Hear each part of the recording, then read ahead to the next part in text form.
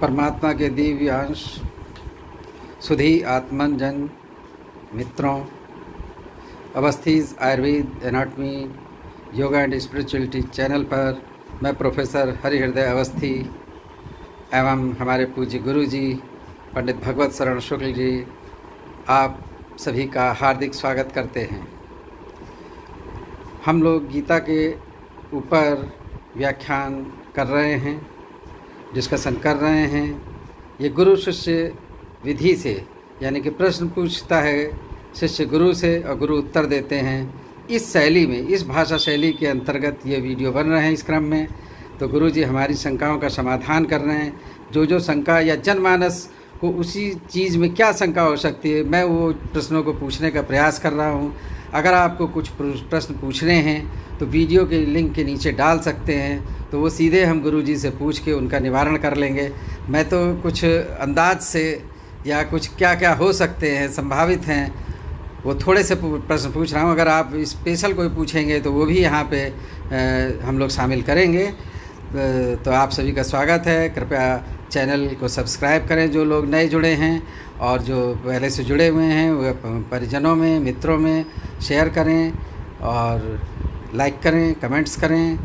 और इसी के साथ हम लोग द्वितीय अध्याय पे चल रहे हैं जो सांख्य योग का है। तो गुरु जी ने सांख्य योग का परिचय कराया और समत्व बुद्धि को बताया, और कई सारी बातें पे प्रकाश डाल चुके हैं कि समत्व बुद्धि क्या होती है, और अर्जुन को विषाद का निवारण किस तरीके से भगवान श्री कृष्ण ने किया। इसी संदर्भ में एक बहुत ही मुख्य शब्द आता है जो आयुर्वेद में और सामान्य ज्ञान में और योग में और वेदों में सभी जगह इस शब्द का प्रयोग किया गया है, और बहुत ही इम्पॉर्टेंट शब्द है, और वो है स्थिति प्रज्ञ।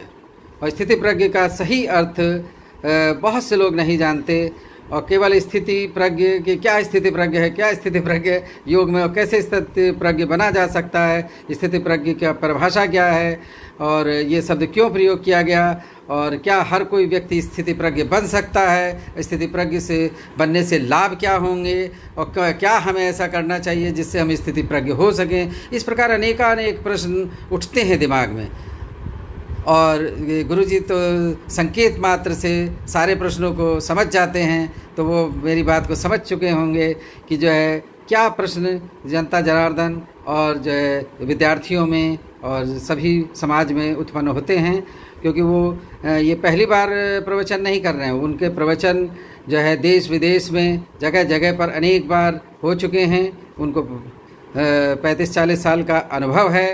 तो उसी अनुभव के आधार पर बिना रीटेक के ये वीडियो बन रहे हैं। कोई इसमें रीटेक और कट नहीं लग रहा है।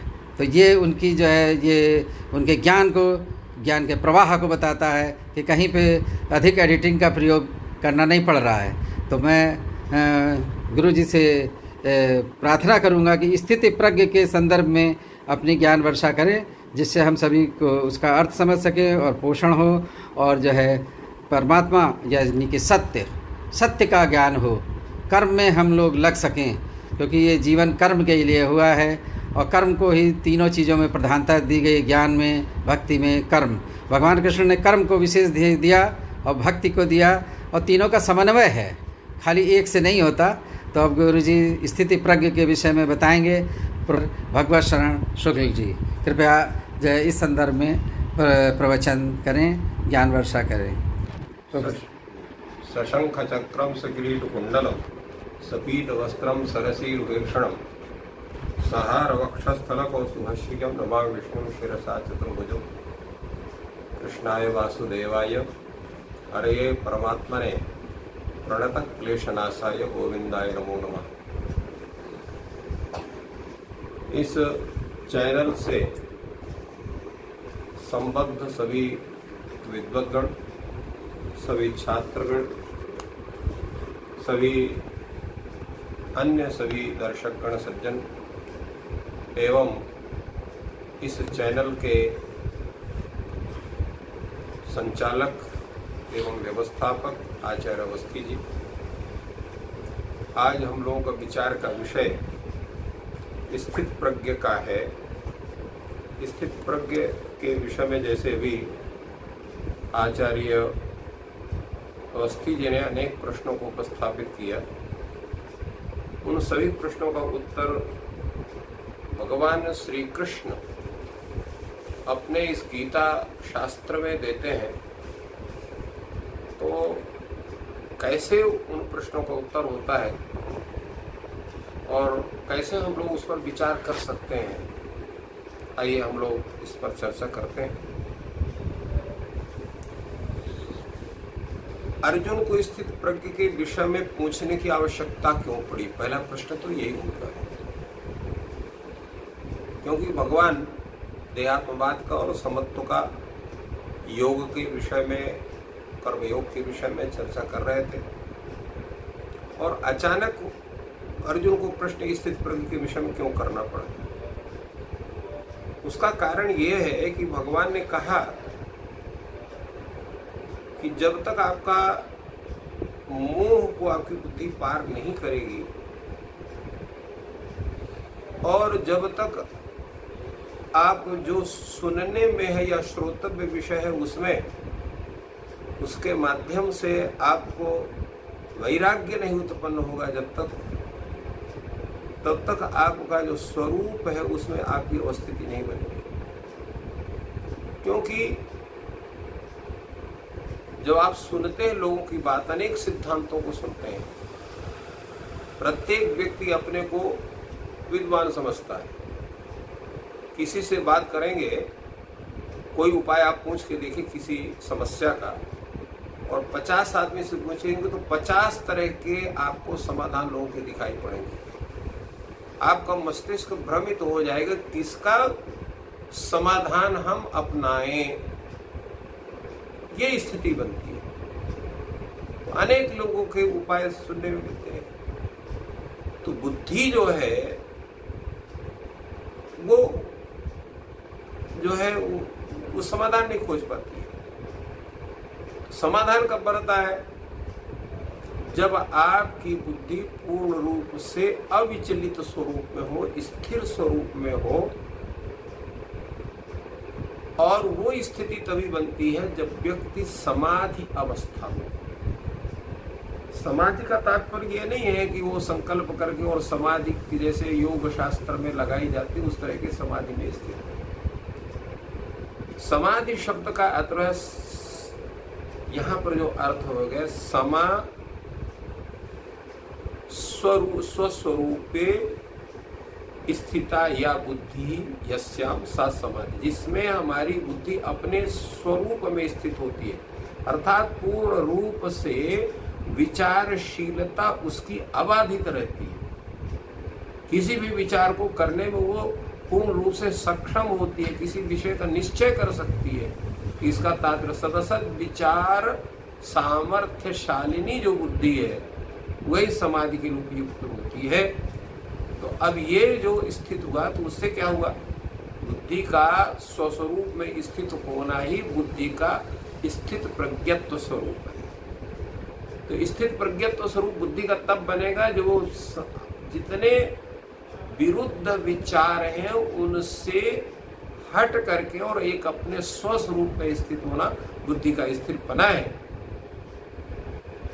परंतु हम कैसे जानेंगे कि ये हमारी बुद्धि स्थिर है या फला व्यक्ति की बुद्धि स्थिर है या फला व्यक्ति की बुद्धि स्थिर है? इसका ज्ञान हमको कैसे हो? क्योंकि कोई ना कोई लक्षण तो होना चाहिए जिसको देखकर हम ज्ञान कर सकें। जैसे प्रातः काल कैसे होता है तो सब कोई जानते हैं कि अरुणोदय होगा, अरुणोदय के बाद सूर्योदय होगा तो प्रातः काल हो जाएगा, दिन हो जाएगा। तो अरुणोदय होना, सूर्योदय होना प्रातः काल का लक्षण है, और सूर्यास्त होना, अरुणिमा होना सायंकाल की, वो रात्रि के आने का संकेत होता है। ये उसके लक्षण। तो इसी तरह से स्थित प्रज्ञ के भी कुछ स्वरूप होना चाहिए। ऐसा ही समझ करके अर्जुन ने ये जानना चाहा का स्थित प्रज्ञ से का भाषा समाधिस्तस्य केशव स्थित धी किम प्रभाषेत किमासीत ब्रजेत किम। इसमें जो है 5 प्रश्न हुए। स्थित प्रज्ञ से का भाषा, स्थित प्रज्ञ की क्या भाषा होती है? अर्थात क्या लक्षण, भाषा शब्द यहाँ लक्षण अर्थ में है। और समाधिस्थस्य केशव, और जो समाधि में स्थित जब व्यक्ति होता है, उसकी संपूर्ण विद्धि पूर्ण रूप से जब स्थिर होती है, तो उस व्यक्ति का स्वरूप कैसा होता है और स्थित प्रज्ञ कैसे बोलता है, अर्थात उसके वाणी का व्यवहार का तरीका क्या होता है, पद्धति उसकी क्या होती है, और उसके साथ साथ किमासीत, वो कैसे बैठता है, अर्थात उसके बाकी व्यवहार कैसे होते हैं, और ब्रजेत किम, उसकी चलने का तरीका कैसे होता है। क्योंकि जब आप गंभीर चिंतन में होते हैं तो आपके चलने का तरीका भिन्न होता है, जब आप हंसी मजाक के चक्कर में होते हैं तो आपका तरीका दूसरा होता है, जब आप किसी विशेष कार्य में आप संलग्नता आपकी बनती है तो आपके चलने का तरीका भिन्न होता है। गुरुजी, इसको आप इस तरीके से कहना चाह रहे हैं कि बॉडी लैंग्वेज क्या होती है? हाँ, शरीर के लक्षण क्या होते हैं? लक्षण क्या बनते हैं? बॉडी लैंग्वेज माने बोलने का हाव भाव। हाँ, बोलने का सामान्य शब्दों में कहे तो हाव भाव। हाँ, बोलने का तरीका आपका क्या होगा, आपके बैठने का तरीका क्या होगा, आप किस तरह से बैठते हैं, क्योंकि प्रत्येक व्यक्ति का सिस्टम भिन्न हो जाता है भिन्न अवस्था में। एक ही व्यक्ति जब विशेष भाव में स्थित होता है तो उसके संपूर्ण तरीके बदल जाते हैं, सामान्य स्थिति भिन्न होती है। इसलिए अर्जुन को ये सब चीज पूछना पड़ा और भगवान उसको उसी तरह से उत्तर भी देते हैं। सबसे पहले वो लक्षण बताते हैं स्थित प्रज्ञ क्या है, जिसको आप प्रश्न करते हैं कि स्थित प्रज्ञ किसे कहते हैं, स्थित प्रज्ञ का लक्षण क्या है। तो भगवान पहले बताते हैं कि प्रजहाति यदा कामान सर्वान पार्थ मनोगतान आत्मन्येवात्मना तुष्ट स्थित प्रज्ञस्तदोच्यते, जो व्यक्ति संपूर्ण कामनाओं का त्याग कर देता है। अब प्रश्न हो सकता है क्या संपूर्ण कामनाओं का त्याग संभव है? जब तक संसार में स्थित है व्यक्ति की इच्छाएं होती रहेंगी, तो कैसे आप त्याग कर सकते हो? तो क्या स्थित प्रज्ञ भी आप तब तक नहीं बन सकते। स्थित प्रज्ञ बनने के लिए आपको संपूर्ण कामनाओं का जो आपको त्याग करना ही पड़ेगा। गुरुजी, एक शब्द बीच में अगर आप आज्ञा हो तो बोलूं। हाँ, बताएं। तो क्योंकि इसमें इंग्लिश मीडियम के भी बच्चे हैं, सीबीएसई ICSE बोर्ड के। हाँ। तो एक तो कामना शब्द का आप अर्थ अभी बताएंगे कि कामना माने होता क्या है, और जो इंग्लिश में एक शब्द जो है माई बिलोंगिंग्स, मेरे से संबंधित चीजें। हाँ। वो धन हो सकता है, पद हो सकता है, और परिवार हो सकता है। तो उनसे संबंधित जो इच्छाएं हैं, तो क्या कामना में उनको लेते हैं माई बिलोंगिंग्स, जो मेरे से रिलेटेड हैं। कुछ लोग इसे इस तरीके से कहते हैं। तो कामना का सही अर्थ क्या है?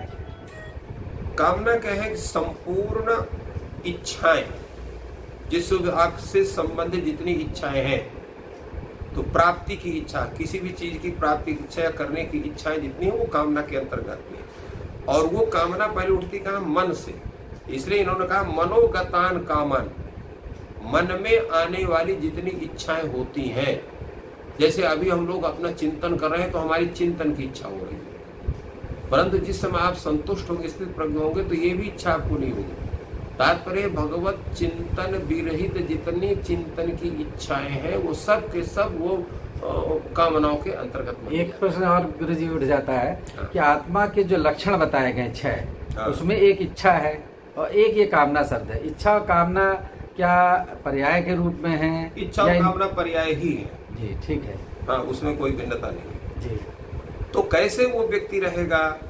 तो मनोगत, मन में आने वाली जितनी कामनाएं हैं उनको पहले उसको छोड़ना होगा, और फिर अपने में स्वयं में उसको संतुष्ट होना होगा, अर्थात अपने स्वस्वरूप का ज्ञान होकर के उसी में संतुष्ट होगा, तब वह व्यक्ति स्थित प्रज्ञ होगा। तात्पर्य होगा स्थित प्रज्ञ व्यक्ति को किसी भी वस्तु का, किसी भी कार्य विशेष का, किसी भी व्यक्ति विशेष का, किसी भी सामग्री विशेष का उसको चिंतन नहीं होता, और उसके साथ साथ वो स्वतः अपने में ही संतुष्ट होता है। वही व्यक्ति जो है स्थित प्रज्ञ बन सकता है, दूसरा कोई नहीं बन सकता है। तो अब ये प्रश्न होता है कि ये जो आपने बतलाया स्थित प्रज्ञ का लक्षण, इससे ये स्पष्ट नहीं होता है कि कौन कौन सी हमारी स्थिति होना चाहिए। तो पहला प्रश्न हुआ था स्थित प्रज्ञस्य का भाषा, समाधिस्थस्य केशव। दूसरा प्रश्न हुआ समाधिस्थस्य व्यक्ति का क्या स्वरूप उसका होता है। तो इन्होंने बताया दुखेषु अविघ्नमनः सुखेषु विगतस्पृहः वीतराग भय क्रोधा स्थित धीर मुनिरुच्यते। दुखेषु अविघ्नमनः, उद्विग्नमनः, अनुद्विग्नमनः, दुख में भयंकर कष्ट प्राप्त होने पर भी उसके मन में उद्विग्नता न हो। जैसे भगवान श्री राम को, उनको 14 वर्ष का वनवास दिया गया जी। तो जैसे उनको युवराज पद दिया जा रहा था, उस समय जो मुख में प्रसन्नता थी, उस 14 वर्ष के वनवास के समाचार से भी उतनी ही उनको प्रसन्नता हुई। कोई वनवास को उनको कष्ट नहीं हुआ कि मेरा राज छीन लिया गया, मुझको वनवास दिया जा रहा है। ये स्वरूप होता है। जो मुस्कुराहट आपके मस्तिष्क में, आप सुखावस्था में या अच्छी चीजों की सुनने में या प्राप्ति होने में आपके मस्तिष्क में हो रही है, वही भयंकर दुख का पहाड़ टूटने पर भी आपके मन में वो प्रसन्नता का स्वरूप होना चाहिए। उसके साथ सुखेषु विगत स्पृहा, आपको साक्षात विश्व का भी राज प्राप्त हो जाए तब भी आपके अंदर किसी प्रकार का परिवर्तन, वही आपकी सामान्य स्थिति होना चाहिए। विगत स्पृहा, आपकी उसकी इच्छा नहीं होनी चाहिए। और वीतराग भय क्रोधा, राग भय और क्रोध वो भी आपके अंदर समाप्त होना चाहिए। जब ये स्वरूप बनेगा तब आप स्थित प्रज्ञ बनेंगे, अर्थात ये समाधि अवस्था का ये स्वरूप हुआ है। तो जब तक इस तरह का आपका स्वरूप नहीं बनेगा, आप स्थित ही नहीं हो सकते हैं। वो मुनि का स्वरूप आपका नहीं बन सकता, उस योगी का स्वरूप आपका नहीं बन सकता। दूसरा इन्होंने कहा कि जो है आपका जो प्रश्न हुआ अर्जुन का, स्थित दीहि किम प्रभाषेत, क्या बोलता है वो, क्या करता है वो। तो यह सर्वत्र अनभिस्नेह तत्प्राप्य शुभाशुभम नाभिनंदति न द्वेषि तस्य प्रज्ञा प्रतिष्ठिता। जो सर्वत्र किसी भी जगह उसको स्नेह नहीं, तो स्नेह का मतलब उसको द्वेष होगा, तो द्वेष भी नहीं है, ना कहीं किसी को द्वेष है, ना कहीं उसको स्नेह है। चाहे वो शुभ वस्तु को प्राप्त करे, चाहे अशुभ वस्तु को प्राप्त करे। शुभ और अशुभ दोनों में जिसकी समान स्थिति है। शुभ कौन है, अशुभ कौन है? तो जो हमारे लिए कल्याणकारी वस्तु विशेष हो, कार्य हो, वो शुभ है। जो हमारे लिए विपरीत स्वरूप उपस्थापित करे वो अशुभ है। तो दोनों के विषय में जिसका तो न तो स्नेह है और ना ही किसी भी प्रकार का द्वेष है, तो क्या करता है, न शुभ से वो उसका अभिनंदन करता है, न अशुभ से द्वेष करता है। जैसा पहले बताया गया है था कि लाभ अलाभ, दुख सुख सब में समान स्थिति होती है, उसी की प्रज्ञा प्रतिष्ठित होती है। अर्थात वही व्यक्ति स्थित प्रज्ञ होता है। प्रज्ञा प्रतिष्ठिता का मतलब होता है स्थित प्रज्ञ होना। सामान्य भाषा में हम कह सकते हैं स्थित प्रज्ञ वही हो सकता है जिसमें किसी भी प्रकार की स्थिति उसके मन को, उसके बुद्धि को उद्वेलित न करे, एकदम शांत अपने स्वरूप में अवस्थित हो, वही व्यक्ति स्थित प्रज्ञ बन सकता है। अब ये प्रश्न होता है कि व्यक्ति इंद्रियाएं जब भी अपने विषय को देखेंगी तो आपको उन विषयों को प्राप्त करने की इच्छा अवश्य होती है। जैसे अभी आपसे कोई खूबसूरत वस्तु आप आंखों से देखते हैं तो उसके विषय में आपके अंदर लालच हो सकती है, या कुछ अच्छा सुंदर आवाज सुनते हैं तो उसको देखने की, सुनने की स्थिति बनेगी। कोई सुंदर पकवान देखते हैं तो आजकल बरसात हो रही, मोर बोलते हैं तो मोर को देखने की इच्छा होती है। तो ये सब जो इच्छाएं होती हैं, तब तो आप इच्छाओं का त्याग कैसे कर सकते हो? ये तो आप विवश होंगे उसके, तो क्या कर सकते हैं? क्योंकि मुख्य रूप से क्या है, इंद्रियों के विषयों को के प्रति इंद्रियों को रोकना। इंद्रियों को जो विषय हैं उनके प्रति इंद्रियों को रोकना। जैसे कोई चीज आपको सुनाई दे रही है परंतु आप जानते हैं इससे हमारा कोई मतलब नहीं है, तो उसको तरफ देखना ही नहीं, उसको सुनना ही नहीं। कोई वस्तु है जा रही है, उसको आप देखें, ठीक है खूबसूरत होगी, परंतु उसे हमारी कोई उसकी आवश्यकता नहीं है, तो हम उसको क्यों देखें। तो प्रत्येक इंद्रिय के विषयों का उनको इसलिए नहीं उनके प्रति ध्यान देने की आवश्यकता है क्योंकि उसकी हमें आवश्यकता नहीं। जब आवश्यकता होगी तब आप देखेंगे, और जहां आवश्यकता आपने महसूस की तहां आप फंसे। क्योंकि इंद्रियों के विषय पर जब आपका मन और बुद्धि जाएगा तो उसके प्रति आपकी फंसाहट हो करेगी। इसके विषय में आगे चर्चा होगी कैसे फंसाहट होती है। जी गुरु जी, इसमें एक आयुर्वेद की लाइन जोड़ दूं? हाँ बोलिए। आज्ञा हो तो। हाँ। चरक, हमारे जो महर्षि चरक हुए हैं, हाँ। चरक संहिता लिखी है और काय चिकित्सा की प्रधान पुस्तक है जो पूरे आयुर्वेद वाले सभी पढ़ते हैं। तो उन्होंने का मन का जो लक्षण, मन का स्वरूप जो के बारे में एक श्लोक दिया, इंद्रिया विग्रह स्वस्थ निग्रह। इंद्रियों को अपने विषयों में लगाना मन का ही कार्य है। और स्वस्थ निग्रह अपने आप को कंट्रोल करना, कि मतलब इंद्रियों को कंट्रोल करना। तो मन ही इंद्रियों को कंट्रोल करता है, तो उसको मतलब इंद्रियों को कंट्रोल करना है। यही आप कहना चाह रहे हैं कि यहाँ पे जो है मतलब इंद्रियों को कंट्रोल कर लेना है। हाँ, कंट्रोल का वही मतलब ही है। कैसे कंट्रोल करना है? अपने वश में कर लेना है। क्योंकि मन जो है इंद्रिय राज कहा जाता है जी। प्रत्येक इंद्रियों का अगर मन का संयोग ना हो तो कोई भी इंद्रिय अपने विषय का ग्रहण करने में समर्थ नहीं होती। वही इम्पोर्टेंट चीज हमारे से हटा दी जाए। हाँ, हटा इंद्रियां रहते हुए भी जो है, जैसे बल्ब है ये तभी जलेगा जब करंट पहुंचेगा। जी जी। करंट है मन, बल्ब है आपका इंद्रिय। आप करंट नहीं दोगे वो नहीं जलेगा। तो अगर करंट मन को आप वहां से हटा दो इंद्रियों से, अपने आप अपने विषय ग्रहण नहीं करेंगे। गुरुजी एक और उदाहरण आता है, आप अच्छी तरह बता सकेंगे, मेरे तो भाषा शैली इतनी पुष्ट नहीं है कि एक वेदों में रथ का उदाहरण आता है। हाँ। जिसमें घोड़े को, सारथी को, लगाम को, हाँ। और जो उसमें बैठे हैं, हाँ। जैसे अर्जुन बैठे हैं तो आत्मा के रूप में बैठे हैं। तो एक यहाँ उदाहरण 2 लाइन में अगर स्पष्ट कर देंगे तो यहाँ और अच्छा, क्योंकि विद्यार्थियों को हाँ, तो आयुर्वेद में इसका क्वेश्चन रहता है, इसलिए मैं उसको और स्पष्ट कराना चाह रहा हूँ। इंद्रियाणि हयान्याहु, इसलिए ये उपनिषद का वाक्य है।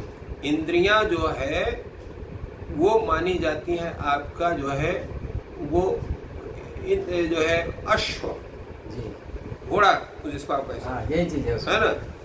और मन जो है वहां पर बैठा हुआ हो तो उनका, तो अब वो जो भागेंगे तो मन क्या है, वो रस्सी है। तो मन को जो है वो आत्मा जब वो अपने मन के माध्यम से जब उनको अपने तरफ खींचता है, उनका निग्रह करता है, तो इंद्रियां सीधे रास्ते ही जाएंगी, गलत रास्ता नहीं जाएंगी। अगर रस्सी ढीली कर देंगे तो इधर उधर जाएंगी, दुर्घटना हो जाएगी। तो इसलिए इंद्रियों को बस में करना, मतलब मन उसका डायरेक्शन देता है, किधर तुमको जाना है। हाँ, या तो तुमको रुक जाना है, लगाम खींच के रुक गया, रोकता भी है। सारथी की तरह मन काम कर रहा है, उसको रोक रहा है, लगाम दे दी, रोक गया जी, और ढीली छोड़ दी कि भाई दौड़ जा, बिल्कुल एक्शन में आ जा जी। और आत्मा के रूप में वो बैठा है रथ। हाँ, रथी में बैठा हुआ है। रथी, सारथी, रथी जो है रथी, सारथी और अश्वादी। तो यहाँ पर रथी जो है आत्मा है, सारथी मन है जी, और इंद्रियां जो है वो अश्व जी। तो क्योंकि ये बहुत इम्पोर्टेंट जो है विवरण आता है पदार्थ विज्ञान में और चरक में जी जी, ये उदाहरण बच्चों को लिखना होता है। हाँ बिल्कुल, इसलिए आपसे स्पष्ट कराया जी जी। अब उसको इन्होंने यहाँ उन्होंने उदाहरण दिया कैसे आप जो है उनको कंट्रोल में करते हैं, आप कर सकते हैं। इन्होंने कहा कि जिस प्रकार कछुआ है, कछुआ को आप देखें ऊपर उसकी खोपड़ी बड़ी मजबूत होती है और उसके अंग जो है वो थोड़ा थोड़ा बाहर निकलते हैं। वो अपने अंगों को समेट लेता है। जब कोई दुर्घटना का स्वरूप उसके सामने आता है तो प्रत्येक अंग उसके जो है उसको कवल उसका है जो बहुत मजबूत होता है, उसके अंदर सब जगह हो जाता है। तो जैसे कछुआ अपने सभी अंगों को किसी भी तरह के खतरा देख करके अब उनको सबको वो अपने अंदर समेट लेता है, उसी तरह से व्यक्ति को चाहिए कि वो इंद्रियों को उनके जो विषय हैं उनसे उनको समेट करके इंद्रियों को सुरक्षित रखे। ये है इसमें श्लोक है, यदा संघर्ते चायम कूर्मोंगानी व सर्वशः इंद्रियाणि इंद्रियार्थेभ्य तस्य प्रज्ञा प्रतिष्ठिता। जो व्यक्ति इंद्रियों के जो विषय हैं उनसे इसी तरह से उनको कंट्रोल कर लेता है जैसे खतरा देख करके जो कछुआ है वो अपने अंगों को समेट लेता है और सुरक्षित हो जाता है। गुरु जी मतलब इसीलिए कहा गया है कि आंखें बंद करके कानों को मतलब एक तरीके से बाहरी वातावरण से रोकते हुए बंद करते हुए अंतर्ध्यान में जो है ईश्वर का ध्यान आंखों को बंद करके कान को बंद करके भी नहीं, ऐसा नहीं है, इसीलिए बता रहे जी। आंखों को बंद करके कान को बंद करके आप उन विषयों से अपने को नहीं हटा सकते जी। उनको सोचना बंद करना पड़ेगा, मन से उनको सोचना बंद करना पड़ेगा। जब क्योंकि इंद्रियां तभी काम करेंगी जब आप मन का संयोग होगा। इंद्रिय मन संयोग ही प्रत्येक वस्तु के क्रियान्वयन में कारण माना जाता है। जब इंद्रिय के साथ मन नहीं लगेगा, इंद्रिय निर्जीव है। जैसे अभी हमने उदाहरण दिया था कि बल्ब है, आप करंट हटा दो, बल्ब अपने आप नहीं जलेगा। तो करंट का काम कौन करता है? मन करता है। मन वो इन इंद्रियों को सक्रिय करता है उन विषयों में। तो इसलिए जो मन सक्रिय नहीं होगा उन इंद्रियों की प्रेरित करने के लिए, तो इंद्रिय अपने जगह पर रह जाएगी, कोई सिस्टम नहीं बनेगा, आगे बढ़ेगा ही नहीं। तो इसलिए आपको पावर हाउस जो है आपका, जो पावर देने वाला वो मन है इंद्रियों को, वहीं से आप पावर जिसको कहते हैं वहीं से पावर कट कर दीजिए आप। तो पावर कट जब जो हो जाएगा तो स्वतः जो है वो बल्ब नहीं जलेगा, इंद्रियों का नहीं जलेगा, तो वो काम करने लायक नहीं रहेगी, जीरो रहेगी। तो जीरो आदमी कुछ नहीं कर सकता है, ये उसका तात्पर्य। कैसे नहीं बदलते? विषया विनिवर्तन्ते निराहारस्य देहिना रसवरजम रसोप्यस्य परम दृष्ट्वा निवर्तते।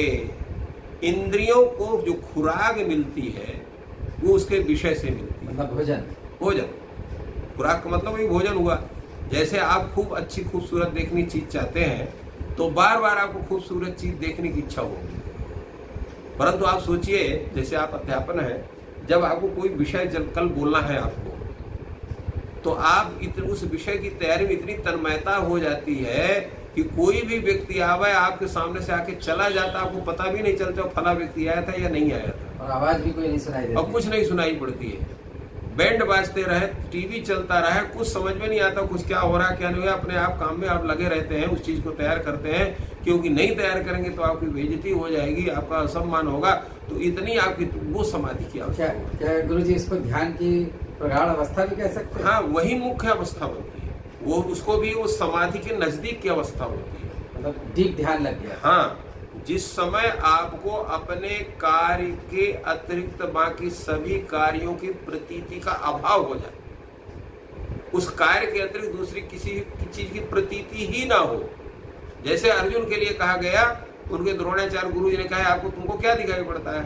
कहा मुझे जो है इस समय केवल चिड़िया की आंख दिखाई पड़ रही है। तो चिड़िया की आंख दिखाई पड़ने का मतलब एक समाधि की स्थिति बनी उसकी, मनस समाधि की, संपूर्ण समाधि नहीं बनी, मन वहां पर समाधिस्थ होगा। तो मन के समाधिस्थ होने से बाकी इंद्रिय वहां पर कोई काम नहीं कर रही है, केवल एक चीज काम कर रहा है। तो ये सिस्टम आपको बनाना पड़ता संपूर्ण इंद्रियों के लिए। गुरु जी मतलब आप विद्यार्थियों को संदेश देना चाह रहे हैं कि जिस टाइम पढ़ें तो इतने ही कंसंट्रेशन से पढ़ें। हाँ। आपका कंसंट्रेशन ध्यान इतना ज्यादा फोकस हो कि आपको घर में लोग आ रहे हैं जा रहे हैं, या रूम पे आप हैं हॉस्टल में हैं तो लोग आ रहे हैं जा रहे हैं, उसका ज्यादा ज्ञान ना हो पाए और विषय में आपका मन हो, विषय मन हो, माने कोई भी व्यक्ति आपके मेमोरी में आ जाएगा, ध्यान में आ जाएगा, स्मृति में आ जाएगा, बिल्कुल आ जाएगा। और एक गुरु जी इसी में विद्यार्थियों की बात आ गई तो इसमें एक शब्द आ रहा है कि प्रज्ञा, धी, धृति, स्मृति बहुत नजदीक के शब्द हैं। कभी कभी वाइवा में मतलब मौखिक की जो परीक्षा होती है उसमें एक्सटर्नल एग्जामिनर ये प्रश्न पूछता है, तो इसमें जो थोड़ा सा अंतर है, पास का सकरा सा अंतर है, तो अगर आप उपदेश कर देंगे तो अच्छा रहेगा। इसको अभी थोड़ा देर में हम लोग करेंगे, चलिए नेक्स्ट में हम लोग करेंगे, नेक्स्ट एपिसोड में, क्योंकि व्याख्या बढ़ती जा रही है, जो चीज आप कहना चाह रहे हो वो पूरी नहीं हो पा रही है, मुख्य विषय छूट मैं समझ गया, मुख्य विषय छूट जाएगा। तो विषया विनिवर्तित निराहार सदिन, जैसे जब व्यक्ति जो इंद्रियों को अपने विषयों को सेवन करने को नहीं मिलेगा तो वो जैसे व्यक्ति जो है भोजन न करे वो जैसे कमजोर हो जाता है, वैसे इंद्रियां भी कमजोर हो जाएंगी, उनको विषय नहीं मिलेगा। तो जब नहीं मिलेगा तो उनको उस कार्य करने की उनकी इच्छाएं समाप्त होंगी, अर्थात मन आपको उनके विषयों की तरफ नहीं ले जाएगा।